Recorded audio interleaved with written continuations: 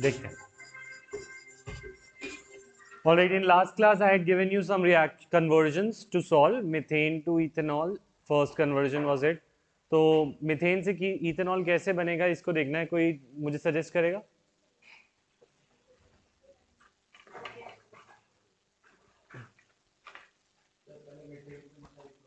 Methane से methyl chloride क्या डाल के? Cl2 और H न्यू। और इसके बाद अगर हम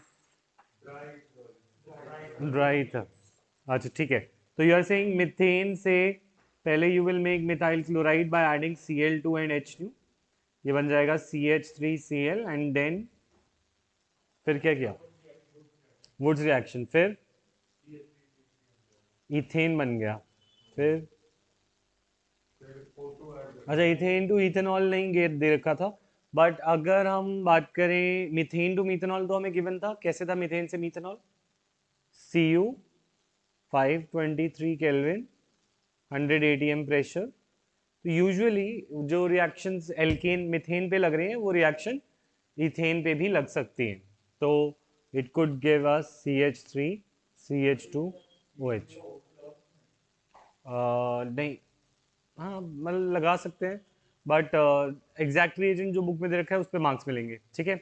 is this part clear? Yes और नो एवरीवन? ठीक है, नेक्स्ट अगर हम बात करें methane to methanoic acid, methane से मीथेनोइक एसिड बनाने के लिए again we will take the same route और इथेन तक तो सेम पे आएंगे, फिर हम MO2O3 और हीट कर देंगे, नहीं सॉरी CH3, हाँ COO whole twice Mn and heat कर देंगे तो we will get ethanoic acid CH3COOH, right? I hope ये भी तुम्हें क्लियर होना चाहिए।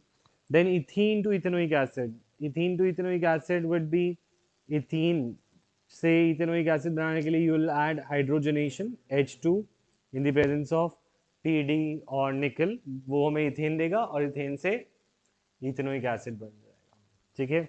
अच्छा, ये isobutane to tertiary butyl alcohol, isobutane was CH3CH3CH और इसमें हमने ऑक्सीजन डाला था इन द प्रेजेंस ऑफ KMNO4, तो we use to get tertiary butyl alcohol. ये एक रिएक्शन थी एज इट इज, ये एज इट इज रिएक्शन थी पार्शियल ऑक्सीडेशन में या कंट्रोल्ड ऑक्सीडेशन में, याद आ रही है? यस और नो? ठीक है, next fifth propyl chloride to benzene, कोई सजेस्ट करेगा ये मुझे? कौन बताना चाहेगा? Raise your hand. कोई नहीं बता पाएगा? कृतिका? एन हेक्सेन, हाँ बोलो कैसे बनेंगे? वुड्स रिएक्शन बनाने के लिए हमें, हाँ ठीक है, Na ड्राई इथर डालना है, तो we have propyl chloride CH3CH2CH2Cl, इसमें हमने क्या डाला? Na और ड्राई इथर, तो ये कार्बन को डबल कर देगा, 3 का double 6, CH3 CH2 CH2 CH2 CH2 CH3, ठीक है? और फिर इसके बाद हम इसके अंदर एरोमेटाइजेशन करेंगे, वो किसके साथ होता है? या तो MO2O3 और V2O5 और Cr2O3, तो और इसके साथ हीट करते हैं 773 केल्विन पे, कितने टेम्परेचर पे? और प्रेशर भी है 10 to 20 atm क्या, या नहीं है इसमें? नहीं लिखवाया था, ठीक है? तो बेंजीन लिखवाया था मैंने, अगर मैंने नहीं लिखवाया तो प्लीज़ कुछ सही कर लो, 10 to 20 atm प्रेशर भी होगा इसमें, और पीछे अपनी उसमें जाके भी रिएक्शन में भी कर लो, हाँ बोलो। हाँ, कैनोनिकल फॉर्म क्यों बनाते हैं? क्योंकि पॉइंट इज रेजोनेंस हाइब्रिड तब दिखाने के लिए जो हमारा लोइस डॉट स्ट्रक्चर है वो तो यही सही है ना, लोइस डॉट स्ट्रक्चर जिसमें वैलेंसी कंप्लीट होती है, तो इस तरीके से जो भी हम कभी रिएक्शन में स्ट्रक्चर बनाएंगे वो हम हाइब्रिड नहीं बना सकते, because it does not tell us about the electron distribution, वो एवरेज बताता है। तो उसको हम रिएक्शन को समझा नहीं पाएंगे, इसलिए हम रिएक्शन में लुईस डॉट स्ट्रक्चर यूज़ करते हैं जिसमें ऑक्टेट पूरा होता है और हम इलेक्ट्रॉन की मूवमेंट दिखा पाएँ।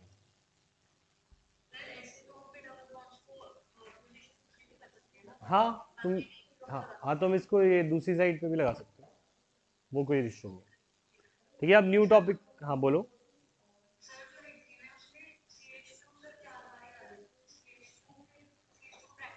हाँ, इसको कंडेंस करके ऐसे लिख सकते हैं CH3 CH2 whole 4 and then CH3 again.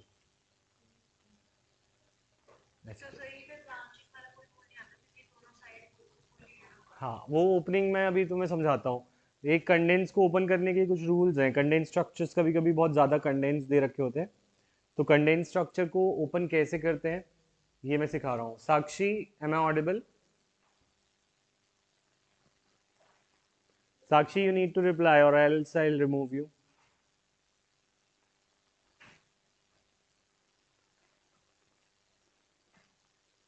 All right, please wait एक second.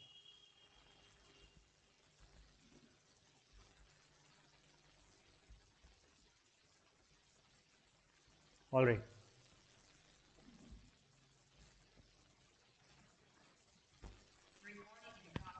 Yes, Sakshi, am I audible? If I'm audible, please say. If you're in class, please reply in chat or on mic.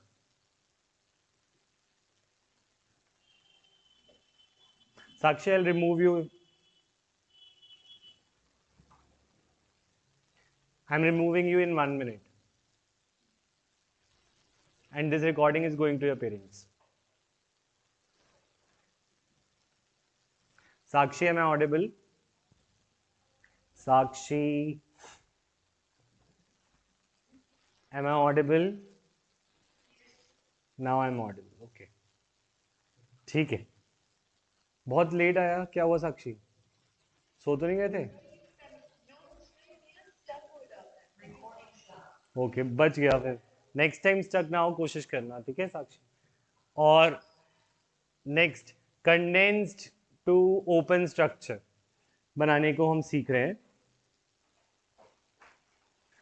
ठीक है, एक topic है वैसे simple सा ही organic का, और जैसे for example open to condense भी बनाना सीखेंगे। जैसे फॉर एग्जांपल अगर मेरे पास एक ये स्ट्रक्चर है CH3 CH2 CH CH3 CH3 CH3, ये अच्छा हो गया। Suppose this is a structure, मैं इसको कंडेंस करना चाह रहा हूँ, तो I can condense it like this.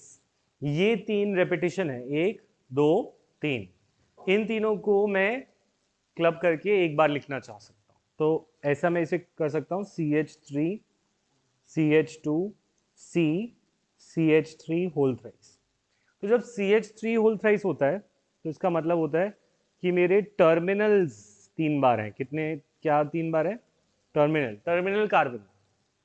ठीक है, और अगर मैं चाहूँ तो मैं ऑक्टेन को CH2 CH2 CH2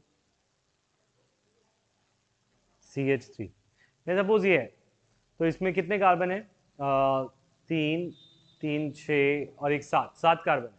7 में CH2 रिपीट हो रहा है, तो इसको मैं कंडेंस करके ऐसे लिख सकता हूँ CH3 CH2 5 टाइम्स CH3। तो जब मैं CH2 को लिखता हूँ कि I am writing CH2 5 times, तो दैट मीन्स मैं चेन को रिपीट कर रहा हूँ। तो टर्मिनल अगर रिपीट होता है तो CH3 होता है, और अगर चेन रिपीट होती है तो वो CH2 होता है। उसके बाद आती है ब्रांच की बात। ब्रांच की बात मतलब ये है कि अगर मैं सपोज यहाँ पे लिखना चाह रहा हूँ Cl CH3 या Br लिख दिया suppose, CH CH3 CH3। Suppose मैं इसको कंडेंस करना चाह रहा हूँ, तो मैं इसको कंडेंस कर सकता हूँ like this CH3, then I write C, इस कार्बन के लिए C। और कोई चीज़ अगर ब्रांच है तो मैं उसके लिए लिख सकता हूँ ब्रैकेट में Cl, ब्रैकेट में Br, और फिर मैं लिख सकता हूँ CH, और फिर मैं CH3 2 बार। इसको मैं ऐसे कंडेंस कर सकता हूँ। इसमें अब ये पता कैसे चलेगा क्लोरीन और ब्रोमीन ब्रांच में है, ये तो पता चल जाएगा ब्रैकेट से। और पर ये इस पे ब्रांच है या इस पे ब्रांच है वो तुम्हें बैलेंस, वो तुम्हें कार्बन की वैलेंसी से देखना पड़ेगा। फॉर एग्जांपल इस कार्बन का एक बॉन्ड तो CH3 के साथ है, हाँ या ना? ठीक है, बाकी बचा इसके दो बॉन्ड मिसिंग है, तो वो दो बॉन्ड इस ब्रांच से आएंगे। किससे आएंगे? एक इसके ऊपर Cl और इसी के ऊपर Br, इसके ऊपर नहीं है वो, क्योंकि इसके CH के बाद और एक बॉन्ड के बाद दो बॉन्ड बचते हैं जो कि ये पूरे कर रहे हैं, तो वो तुम्हें थोड़ा दिमाग लगाना पड़ता है।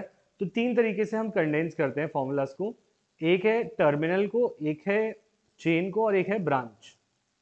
तो तीनों चीजें तुम्हें समझ आनी चाहिए कि टर्मिनल्स को रिपीट करते हैं तो CH3 होल टाइम्स होता है, और अगर ब्रांच, अगर हम चेन को रिपीट करते हैं तो CH2 रिपीट होता है, और अगर कोई ब्रांच रिपीट होती है तो उसको हम ब्रैकेट में डाल देते हैं और चेक करते हैं कि कौन से कार्बन से। मोस्ट प्रोबेबली वो लेफ्ट वाले की ब्रांच राइट पे ही लिखी जाती है। ठीक है, तो ये वाला इसकी ब्रांच ये है, ठीक है, इसकी ब्रांच ये है। तो ये कंडेंस टू ओपन या open to condense you will be able to do, yes और नो एवरीवन? ठीक है,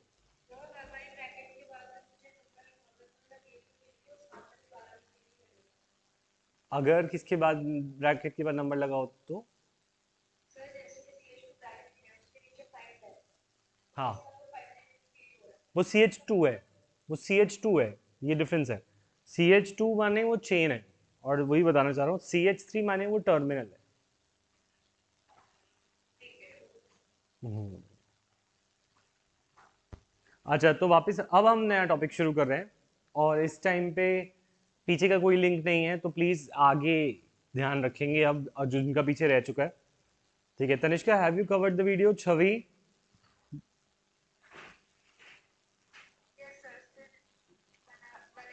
one is pending, and Chhavi what about you? Okay, so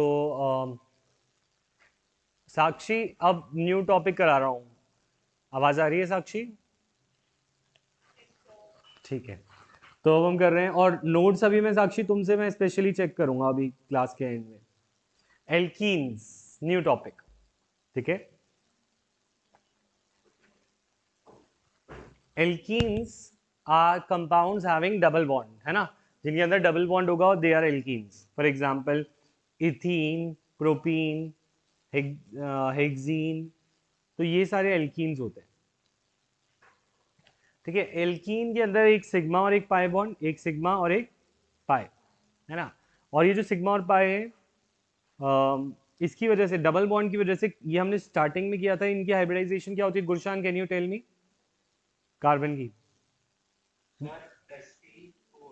very good. तो ये इन दोनों की हाइब्रिडाइजेशन, जो भी डबल बॉन्डेड होते हैं उनकी हाइब्रिडाइजेशन क्या होती है? sp2। और वंश, डू यू रिमेंबर sp2 की शेप क्या होती है? चैप्टर 4 में हमने पढ़ी थी, ट्राइगोनल प्लानर। कौन सी होती है? Trigonal planner.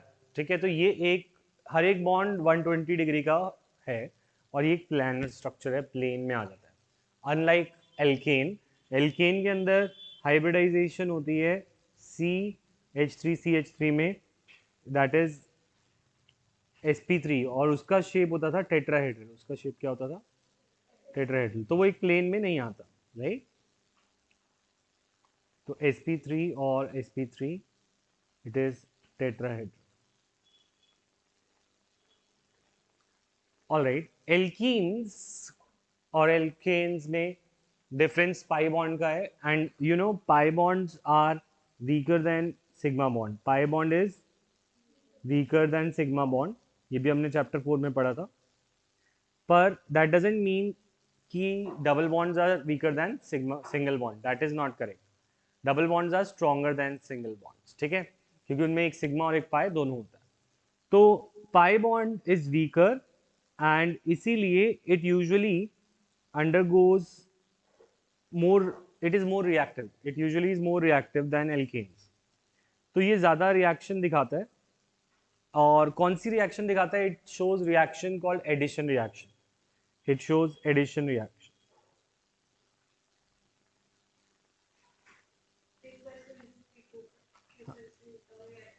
ये इसलिए ज़्यादा रिएक्टिव है कि पाई बॉन्ड्स एक तो वीकर होते हैं, ठीक है, और इनके अंदर इलेक्ट्रॉन एक्सेसिबल होते हैं कि इनके इलेक्ट्रॉन को कोई ले जाए, तो क्योंकि ये हमें पता है एक ऊपर और एक नीचे कुछ ऐसा सा बॉन्ड होता है।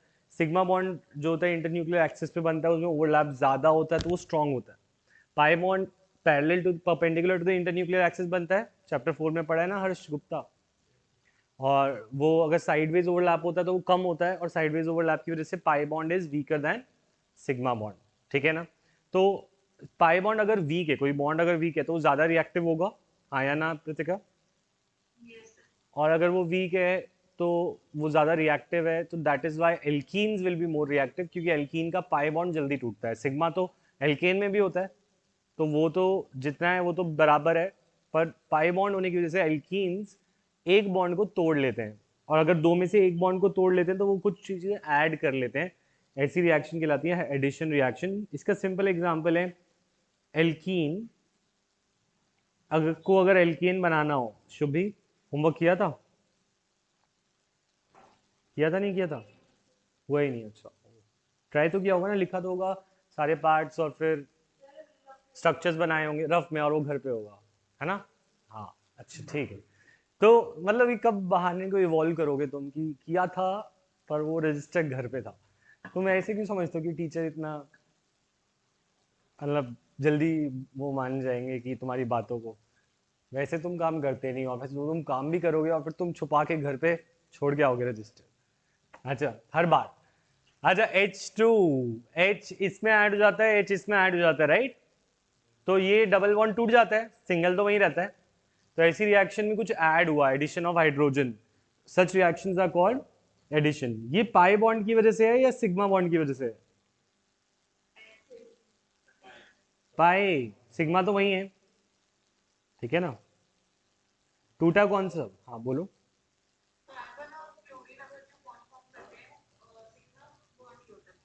कार्बन और क्लोरीन, पहला बॉन्ड हमेशा सिग्मा ही होता है ना? क्योंकि इंटरन्यूक्लियर एक्सिस पे बनता है, सिंगल बॉन्ड हमेशा सिग्मा होते हैं, चाहे वो किसी के भी हो। अच्छा, तो एल्कीन्स के बारे में बेसिक समझ आया, वंशिका, शिवाली?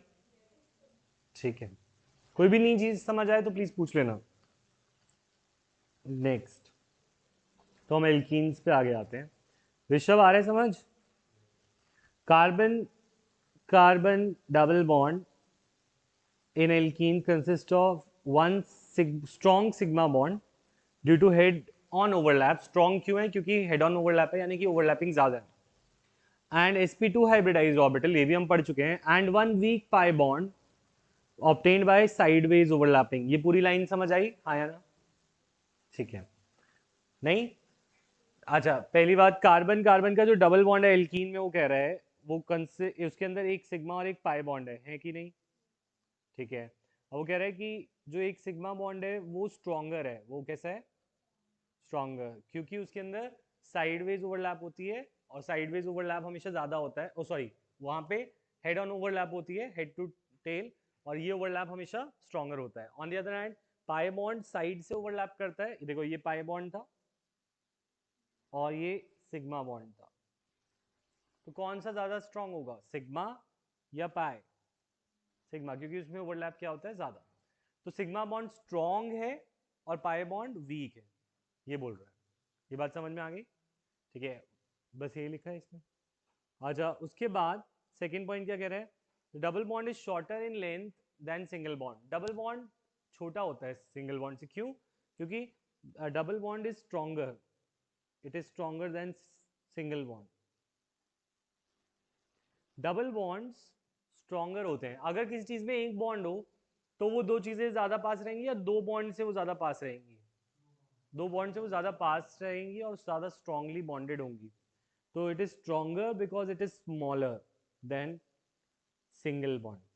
तो बात ध्यान रखो, double bonds are stronger than sigma bonds, but pi bonds are weaker than sigma bonds. Sorry, double bonds are stronger than single bonds, क्योंकि सिंगल बॉन्ड में सिर्फ एक सिग्मा होता है और डबल में एक सिग्मा एक पाई। तो कौन सा ज्यादा स्ट्रॉन्ग होगा? सिग्मा तो दोनों में है, पाई एक्स्ट्रा किसमें, डबल में। अगर बोले सिग्मा और पाई में कौन ज्यादा स्ट्रॉन्ग? सिग्मा, जवाब भी देना। नेक्स्ट, अच्छा, अब अगर हम बात करें पाई बॉन्ड की वजह से इलेक्ट्रॉन्स मिलते हैं। पाई बॉन्ड जो होता है एल्कीन में, वो अगर हम उसको जानते हो, हमने चैप्टर 4 में करी हो हाइब्रिडाइजेशन, तो वो ऐसे बनता था, याद आ रहा है, एक ऊपर और एक नीचे पाए साइडवेज ओवरलैप से। तो ये जो इलेक्ट्रॉन्स होते हैं इसके अंदर, ये इलेक्ट्रॉन लूजली पैक, लूज होते हैं। कैसे होते हैं? लूज। इनको कोई भी आके ले जा सकता है। तो ये इसीलिए पाई बॉन्ड जल्दी से इलेक्ट्रॉन देने के केपेबल हैं। ऋषभ मॉड्यूल तो खोल ले। नेक्स्ट, तो यहां पर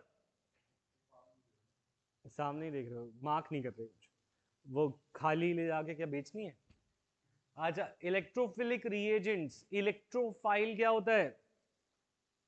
इलेक्ट्रॉन लविंग। इलेक्ट्रोफाइल क्या होता है? इलेक्ट्रोफाइल कौन होगा? इलेक्ट्रॉन लविंग कौन होगा? जो पॉजिटिवली चार्ज है या नेगेटिवली चार्ज है? पॉजिटिव, क्योंकि इलेक्ट्रॉन को ढूंढ रही है। तो very good. Electrophiles are electron seeking species, electron को ढूंढने वाली स्पीशी। इलेक्ट्रोफाइल्स रिप्रेजेंट करते हैं ई प्लस। वो कह रहे हैं इलेक्ट्रोफाइल बहुत ज्यादा पसंद करते हैं अटैक करना। क्यों? क्योंकि एल्कीन्स के पास इलेक्ट्रॉन्स है। एल्कीन्स के पास क्या है? इलेक्ट्रॉन्स है। और इलेक्ट्रोफाइल को क्या चाहिए? इलेक्ट्रॉन लविंग है वो, तो उसे क्या चाहिए? इलेक्ट्रोफाइल को क्या चाहिए? इलेक्ट्रॉन। इलेक्ट्रॉन यहाँ पे है एल्कीन में, तो पाई बॉन्ड के इलेक्ट्रॉन को वो लेने आता है। इलेक्ट्रोफाइल बहुत जल्दी अटैक करते हैं किस पे? एल्कीन्स पे। ठीक है। अच्छा, तो कुछ आइसोमेरिज्म की बात करते हैं एल्कीन्स की। हम्म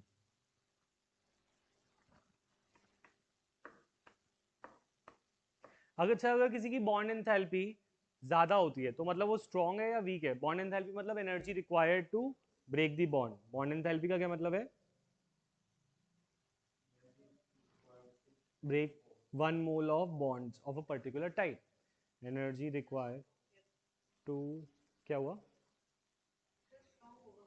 हाँ, energy required to break the bond.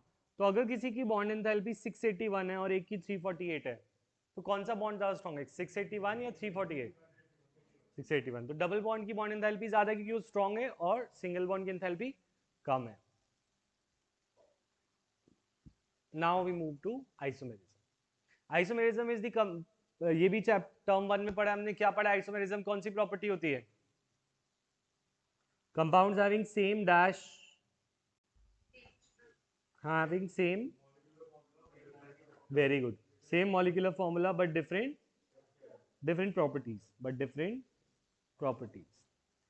ठीक है। और स्ट्रक्चरल आइसोमेरिज्म था जिसमें डिफरेंट स्ट्रक्चर होता है। ये किया था या नहीं किया था? किया था। अच्छा, अच्छा Karamjot, you will have term 1 organic class इसके बाद 5 to 6 में। और किसी को ऑर्गेनिक की क्लास चाहिए? ठीक है। इलेक्ट्रॉन डिस्प्लेसमेंट इफेक्ट कराऊंगा, इंडक्टिव और इलेक्ट्रोमेरिक। सक्षम, सक्षम तुम्हें चाहिए क्लास? या आता है तुम्हें इंडक्टिव इलेक्ट्रोमेरिक? व्हाट, एक बार मैसेज करो, तुम्हारी आवाज़ तो आई नहीं मुझे। मैसेज करो, मैसेज। अच्छा, स्ट्रक्चरल आइसोमर्स।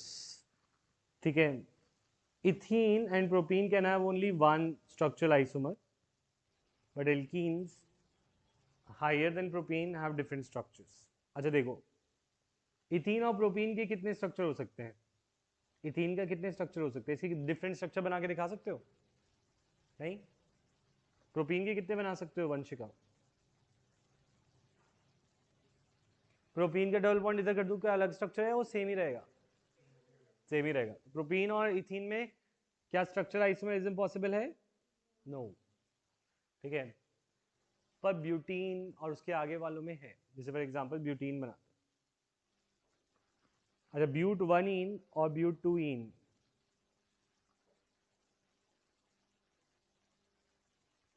ये but 1 ene and this is but 2 ene. और कोई स्ट्रक्चर बना सकते हो ब्यूट C4H8 का? और कोई नहीं बन सकता? Are you sure? जिसमें चेन चेंज कर दो, राइट, ये कर सकता हूँ। ये तीनों C4H8 इनका फॉर्मूला होगा, होगा कि नहीं होगा, काउंट कर लो चाहे। लास्ट पेज ये कह रहे हो सक्षम,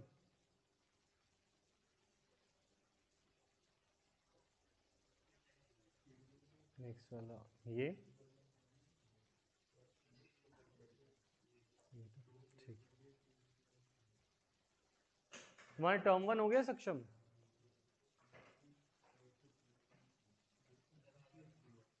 आज था, आज खत्म हुआ है, कैसा हुआ, ठीक हुआ?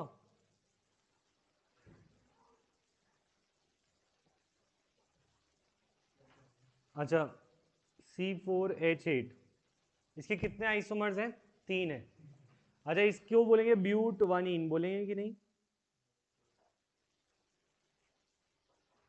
इसको क्या बोलेंगे? ब्यूट 2इन। और इसे बोलेंगे 2-मिथाइल प्रोपीन,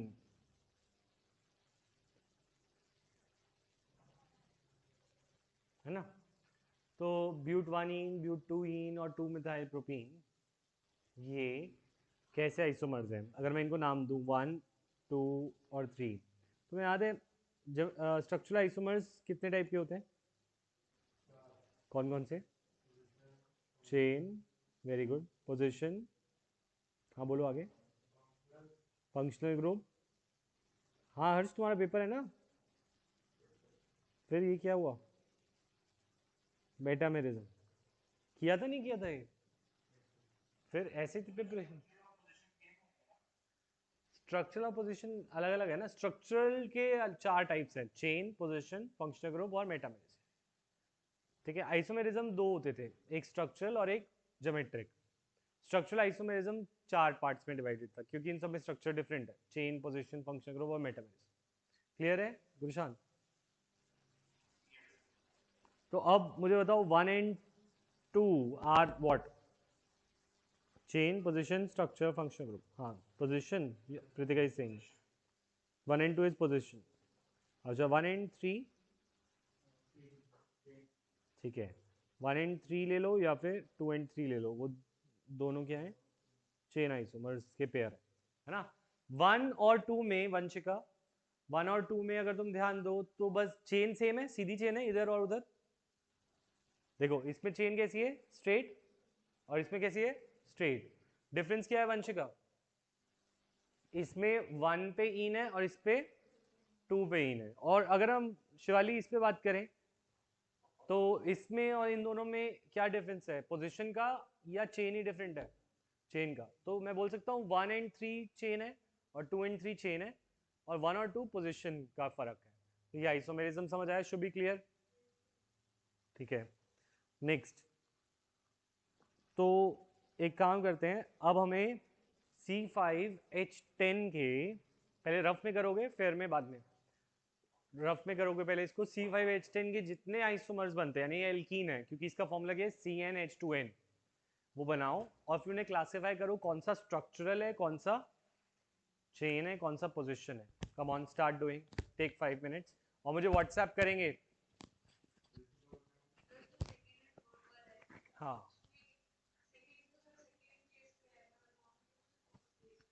उससे फर्क नहीं पड़ता, अगर चेन अलग हो जाती है तो वो चेन आइसोमर कहलाता है। पोजीशन की डेफिनेशन में है compounds having same chain but different position. तो जब चेन सेम होती है तभी पोजीशन देखी जाती है। नहीं,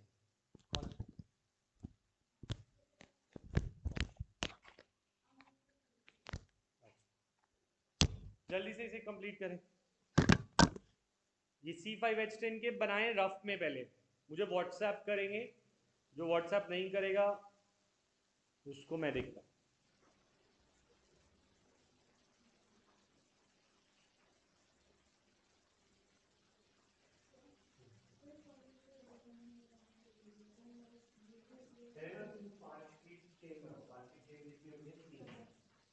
नॉर्मल पेन के साइज से पहले वो 3 बना, फिर उसमें डबल बॉन्ड की पोजीशन को शिफ्ट कर।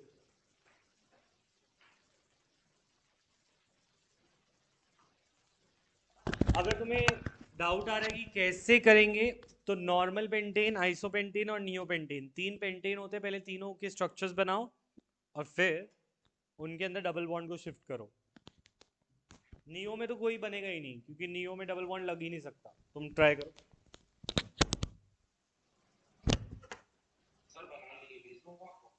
हाँ भेज दो, व्हाट्सएप करो।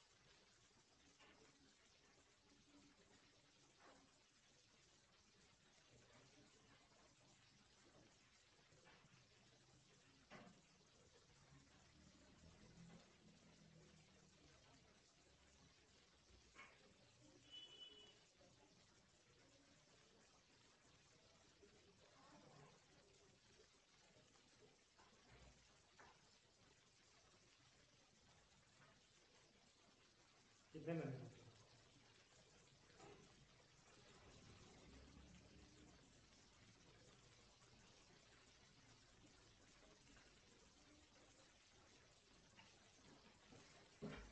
Yes, how much did you get? All right. Yes, I've checked, Gulshan.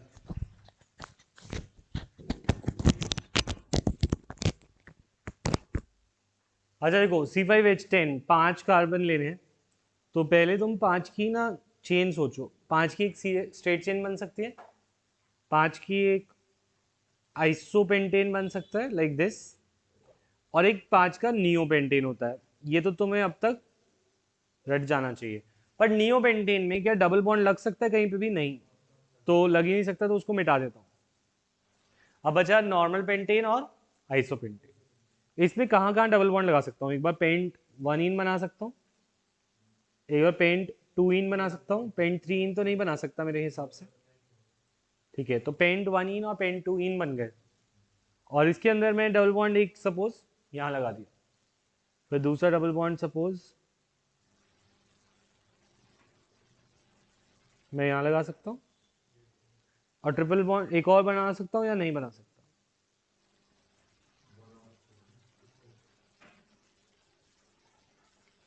एक इधर लगा दूँ या ऊपर लगा दूँ? ये और ये पोजीशन सेम है, या यहाँ लगाऊँ या यहाँ लगाऊँ, एक ही बात रहेगी, क्योंकि या तो मेन चेन ये हो जाएगी या तो मेन चेन ये हो जाएगी। ये और ये पोजीशन सेम है, तो दो बनेंगे एन पेंटेन के। तो 1 एंड 2 आपस में क्या है, पोजीशन या स्ट्रक्चर? पोजीशन। 1 और 2 वाले स्ट्रक्चर एक दूसरे के क्या है? पोजीशन। सेकेंड, थर्ड और फोर्थ आपस में क्या है? पोजीशन है। सेकेंड, थर्ड और फोर्थ में चेन सेम है ना, तो ये भी क्या है? पोजीशन। और अगर मैं बात करूं, कोई भी ब्लू वाला उठा लूं या कोई भी एक ग्रीन वाला उठा लूं, तो मैं 1 और 3 ले लूं या 1 और 4 ले लूं या 2 और 3 या 2 और 4 ले लूं, ऐसे वाले सारे क्या हो जाएंगे? Chain isomers. तो समझ आया? Is this topic clear? H complete कर लेंगे ना? ठीक है, इज दिस क्लियर? छवि, वंश, मयंक, इज दिस क्लियर? सक्षम? ठीक है। 1 4 बी मतलब कोई भी ब्लू वाला ऊपर वाला या नीचे वालों में से एक एक उठा लिया तो हमेशा चेन होगा। ठीक है, नेक्स्ट ज्योमेट्रिक आइसोमर्स। अब यहाँ पे हमारा ज्योमेट्रिकल आइसोमर्स आ रहा है जो हमने वहां पे नहीं पढ़ा था और बोला था कि हम हाइड्रोकार्बन में पढ़ेंगे। तो ज्योमेट्रिकल आइसोमर्स क्या होते हैं? These are the compounds having same molecular formula. Compounds having same molecular formula but different arrangement of groups.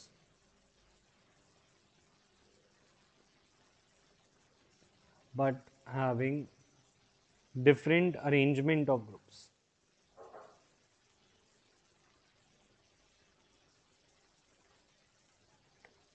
इसमें अरेंजमेंट डिफरेंट होता है, ठीक है? मतलब क्या इस बात का? कंपाउंड्स की अरेंजमेंट की बात कर रहे हैं।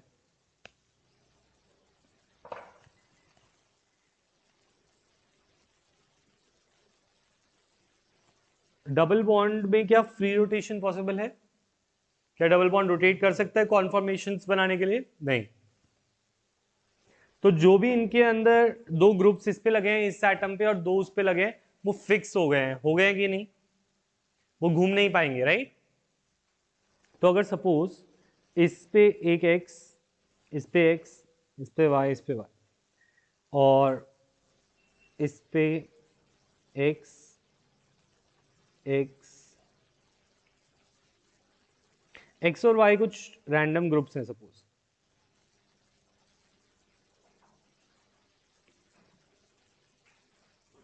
तो यहाँ पे दो अरेंजमेंट बनते हैं क्योंकि ये रोटेट नहीं कर सकते तो ये फिक्स है।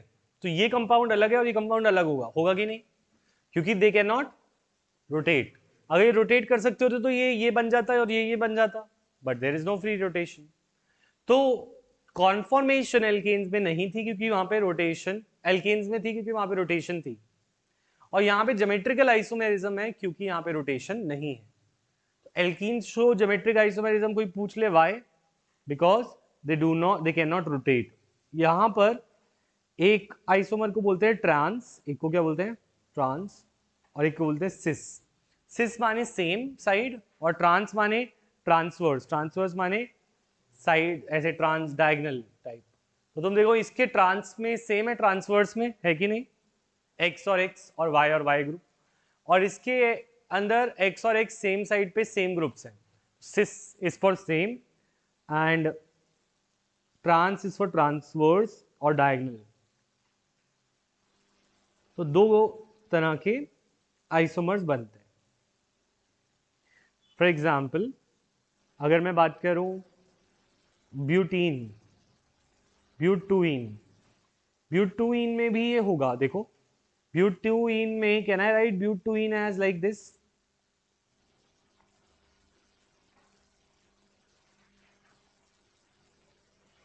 ब्यूटुइन को क्या मैं ऐसे ऐसे लिख सकता हूं?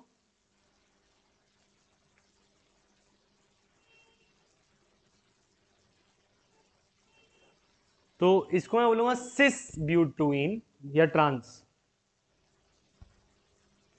ट्रांस या सिस, ठीक है? सिस, I will say cis butene and this I will say trans butene. तो दो तरह के ब्यूटुइन हो सकते हैं क्योंकि इसमें उनका अरेंजमेंट डिफरेंट है, बाकी सब क्या है? सेम। तो ये आइसोमर्स ज्योमेट्रिक आइसोमर्स कहलाते हैं। तो ये एग्जांपल समझ आया, यस और नो? ठीक है। अगर कोई पूछे why geometric isomerism is possible? Because there is no free rotation, because there is no free rotation, free rotation नहीं है मॉलिक्यूल, ठीक है? अच्छा,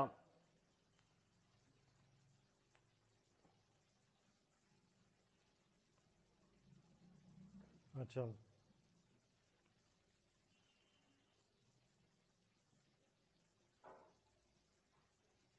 यहाँ पे लिखा है कि इन ये रोटेट हो सकते हैं तो ये एक दूसरे में बदल जाते हैं, but since they can not be rotated they are restricted, तो ऐसा नहीं हो रहा। They are also called stereo isomers. क्या कहलाते हैं? स्टीरियो आइसोमर्स, ठीक है? नेक्स्ट, एक और टाइप का ज्योमेट्रिक आइसोमेरिज्म पॉसिबल है, that is between X Y and X Z group.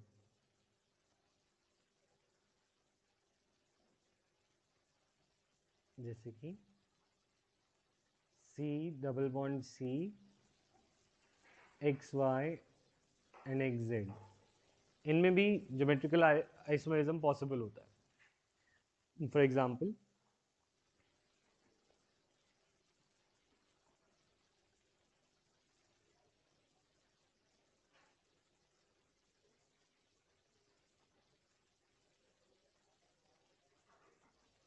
अच्छा ये, अच्छा सॉरी H तो होगा नहीं, ये सिस बोलोगे या ट्रांस, और ये ट्रांस, एक सिस है एक ट्रांस है। तुम बता सकते हो Cl से देख के बता सकते हैं this is cis and this is, ठीक है। तो अरेंजमेंट ऐसा भी हो सकता है कि दो ग्रुप सेम हो और दो डिफरेंट हो, तो इस केस में भी हमारे सिस और ट्रांस बन जाते हैं।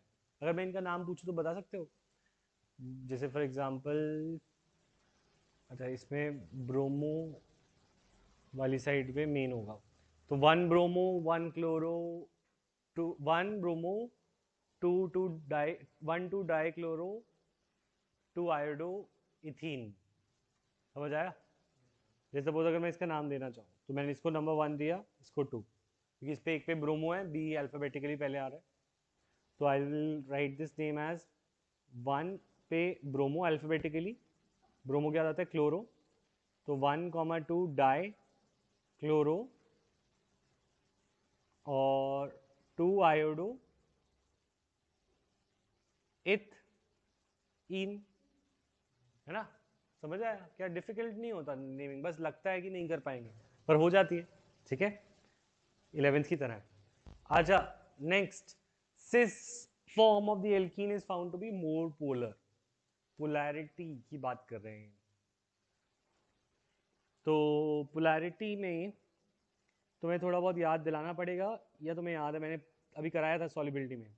पोलैरिटी होता है जिसके अंदर एक पॉजिटिव बन जाए एक नेगेटिव, है ना, एक पॉजिटिव नेगेटिव हो जाए, और लाइक डिजॉल्व लाइक, अच्छे लोग अच्छे लोगों को पसंद करते हैं, बुरे लोग बुरे लोगों को पसंद करते हैं, ऐसा कुछ किया था, ठीक है, इलेक्ट्रोनेगेटिविटी डिफरेंस की वजह से होता है। अब अगर तुम्हें ये बोला जाए कि एक तुम्हें कंपाउंड दे दिया ये CH CH Cl, एक ये कौन सा है, सिस या ट्रांस, सिस, और अगर मैं दूसरा दे दूं ट्रांस, लाइक दिस,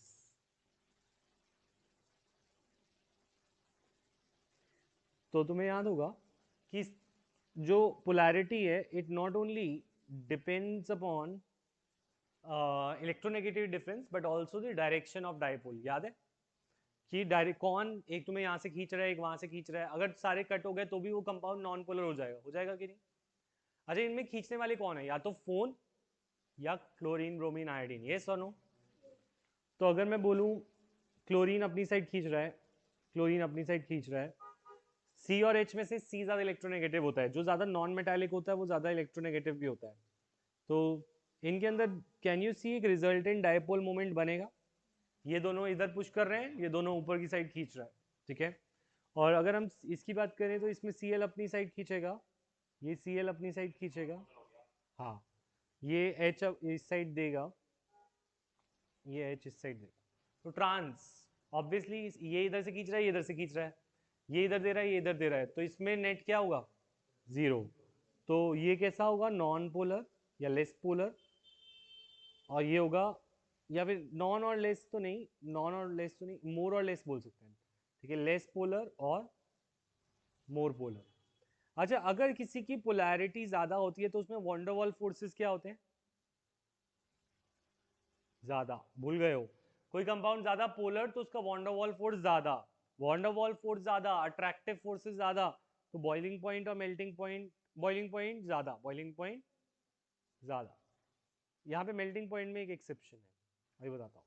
और इसके अंदर वॉन्डरवॉल फोर्स कम होगा क्योंकि कंपाउंड कम पोलर है तो अट्रैक्शन कम होगी, पॉजिटिव नेगेटिव बना ही नहीं तो वो पोलर कम होगा, मोर नहीं लेस लिखना था, लेस वॉन्डरवॉल फोर्स, VW माने वॉन्डरवॉल, ये वही वर्ड है जो तुम उल्लू बनाने के लिए यूज करोगे कॉमर्स वालों को, याद आ रहा है, वॉन्डरवॉल फोर्सेस क्या होते हैं, इंटरमोलिकुलर फोर्स। अगर कोई ज्यादा पोलर होता है तो उसके बीच में अट्रैक्टिव फोर्सेस ज्यादा होते हैं, तो मोर वैन डर वाल्स फोर्स। अगर किसी में अट्रैक्शन कम होती है तो उसके अंदर इंटरमोलिकुलर फोर्सेस कम है, तो वैन डर वाल्स फोर्स कम।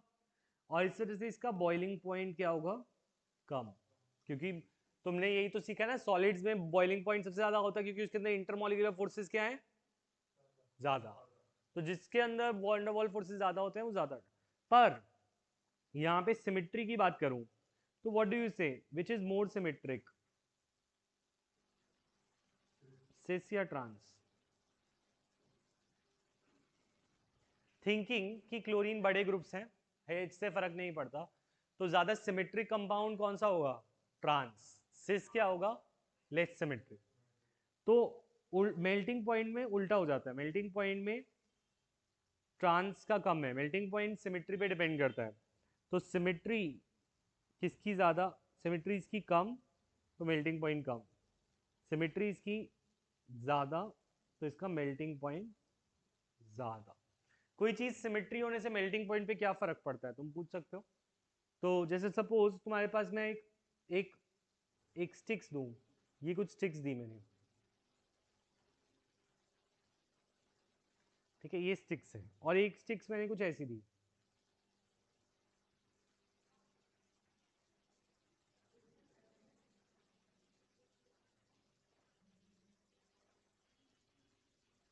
ठीक है, ये दो टाइप की स्टिक्स हैं, टाइप 1 और टाइप 2। ठीक है, तो मैं बोलूं इन दोनों को पैक करो, क्या करो, पैक। कौन अच्छे से पैक होगी, टाइप 1 या टाइप 2? टाइप 1 अच्छे से टाइटली पैक हो जाएगी, एक के अंदर एक, विदाउट एनी गैप्स। और टाइप 2 वाली गैप्स छोड़ देगी, यस और नो, क्योंकि वो क्या है, एसिमेट्रिक है कि नहीं। तो टाइप 1 वाली सिमेट्रिक होने की वजह से इकट्ठा रहेगी, उनको तोड़ना, उनको मेल्ट करना आसान होगा, या फिर टाइप 2 वालों को, क्योंकि उनके बीच में गैप्स हैं, टाइप 2 को। तो ये ट्रांस वाला सिमेट्रिक होता है, ट्रांस वाला क्या होता है, सिमेट्रिक। ट्रांस वाला ऐसा दिखता है ट्रांस, और सिस वाला ऐसा दिखता है। तो if they are in solid state तो किसको पैक करना आसान होगा, सिस को या ट्रांस को? ट्रांस को। सिमेट्री ज्यादा होती है तो मेल्टिंग पॉइंट ज्यादा होता है, तो ट्रांस की सिमेट्री ज्यादा है तो उसका मेल्टिंग पॉइंट ज्यादा, और सिस की सिमेट्री कम तो उसका मेल्टिंग पॉइंट कम। ये वाला पॉइंट समझ आया सबको, येस और नो?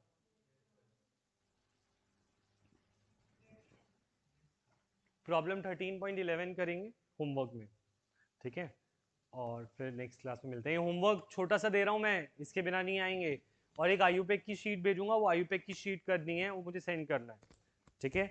दो होमवर्क है, एक तो ये और एक आयुपेक की शीट, ठीक है। साक्षी, you'll send me the notes अभी।